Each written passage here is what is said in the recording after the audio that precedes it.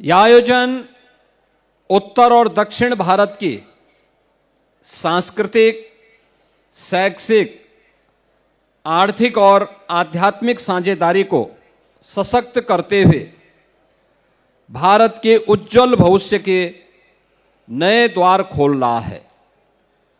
காசி தமிழ் சங்கமத்திற்கான ஏற்பாடுகள் வட மற்றும் தென் பாரதத்தின் கலாச்சார, கல்விசார், பொருளாதார, ஆன்மீக கூட்டுணர்வை மேலும் பலப்படுத்தும். இதே வேளையிலே பாரதத்தின் பிரகாசமான எதிர்காலத்திற்கான புதிய வாயில்களையும் திறக்கச் செய்கின்றது. इस बार की theme learn Tamil, Tamil curriculum यानी आओ तमिल सीखें। यह पहल आदरणीय प्रधानमंत्री जी के मार्गदर्शन में ज्ञान, संस्कृति और भाषा के माध्यम से एक भारत श्रेष्ठ भारत के संकल्प को और सुदृढ़ करेगी. தமிழ் கலாச்சாரத்திற்கு உயர்வளிக்கும் வகையிலே இந்த முறைக்கான கருப்பொருள் தமிழ் கற்போம், அதாவது வாருங்கள் தமிழ் கற்கலாம் என்பதாகும். இந்த முன்னெடுப்பு மதிப்பிற்குரிய பாரத பிரதமர் நரேந்திர மோடி அவர்களின் வழிகாட்டுதலில் ஞானம், கலாச்சாரம் மற்றும் மொழி வாயிலாக ஒரே பாரதம் உன்னத பாரதத்தின் உறுதிப்பாடுகளுக்கு மேலும் வலு சேர்க்கும். काशी तमिल संगमम के इस आयोजन का एक महत्वपूर्ण केंद्र बिंदु इस वर्ष तेन काशी तमिलनाडु से प्रारंभ हो रही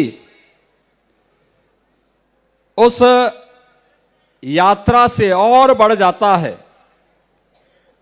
जो सड़क मार्ग से कार रैली के माध्यम से चल करके 2000 किलोमीटर से अधिक की यात्रा तय करते हुए काशी की इस पवित्र धरती पर पहुंचने वाले हैं.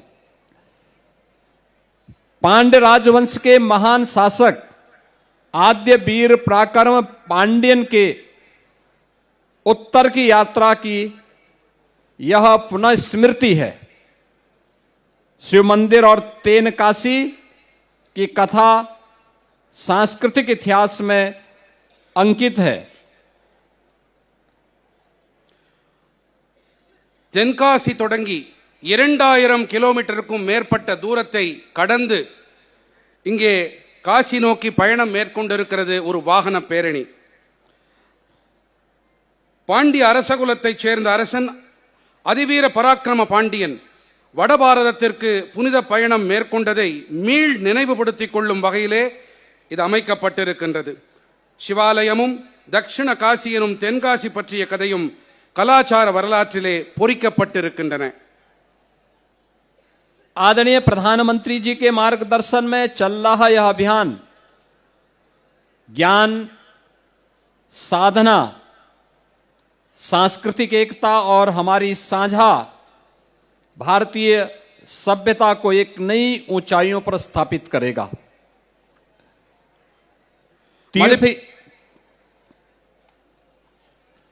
மதிப்பிற்குரிய பிரதமர் நரேந்திர மோடி அவர்களின் வழிகாட்டுதலின் பேரில் நடந்தேறி வரும் இந்த இயக்கமானது ஞானம், சாதனை, கலாச்சார ஒற்றுமை, நமது பகிரப்பட்ட பாரதிய பாரம்பரியம் ஆகியவற்றை புதிய சிகரங்களில் நிலைநிறுத்தும்.